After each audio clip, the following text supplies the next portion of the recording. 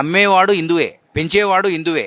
అది ముసలిదైపోయిందని దొంగలకు అమ్మేది హిందువే, కానీ మారాల్సింది కూడా హిందువే. ఎందుకంటే ఇప్పుడు ఈ ఫోన్ నేను ఎవరికి దొరకనీయకపోతే ఎత్తుకపోయేవాడే లేడు.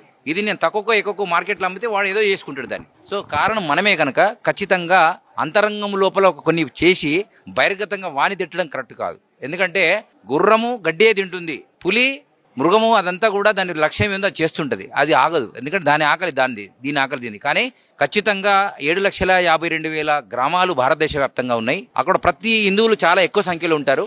ఇప్పుడున్నటువంటి గోశాలల్లో పట్టుబడ్డటువంటి ఆవులు, వస్తున్నటువంటి ఆవులను కొన్నింటిని కొంతమంది ధనరూపేణ జనరూపేణ ఆ గ్రామాలకు ఒక్కొక్క స్వయం సేవకు, ఒక్కొక్క ధర్మ కార్యకర్తకు, ఒక బ్రాహ్మణుడికి, ఎవరికొరికి ఆ ఊర్లో ఒక ఎద్దును ఒక ఆవును కనుక పెంచుకోవడానికి ఫ్రీగా అందజేసేటువంటి కార్యక్రమం అతి త్వరలో జరిగితే 7,52,000 ప్లస్ ఆవు ఎద్దు కలిపితే 15 లక్షల చిల్లర ఆవులు ఇమీడియట్ గా ఈ రోజే కాపాడబడతాయి. కానీ వీటికి ధనం అవసరం, ట్రాన్స్పోర్ట్ కే కావాలి. ఒక ఎద్దును ఆవును ఒక ఊరికి పంపించాలంటే 10,000, 5,000, 6,000 కావాలి. సో ఆ ధనాన్ని ఇచ్చేటువంటి రిటైర్డ్ టీచర్స్, డాక్టర్స్, యాక్టర్స్, మేము దేశం ధర్మం కోసం పనిచేస్తున్నాము, ఆవులు బతకాలనుకునే వాళ్ళు దయచేసి ఒక అకౌంటబిలిటీలో ఆ ధనాన్ని సేకరించి ఇవ్వగలిగితే రామ మందిర అయోధ్య నిర్మాణం ఎట్లా జరిగింది? 11 అడిగితే 11 కోట్లు ఇచ్చారు మనలు. అలా ఈ గోల రక్షణ కోసం ఇవ్వగలిగితే అతి త్వరలో ఇలాంటి సాధు సమ్మేళనాలు అవసరం ఉండదని నేను అంటున్నా. ఎందుకంటే ఈ యొక్క సమస్య ఇక్కడి నుంచే మొదలైంది. నువ్వు వదిలిపెడితే మనుషులనే చంపుతున్నారు, ఆవులను చంపడం పెద్ద సమస్య కాదు.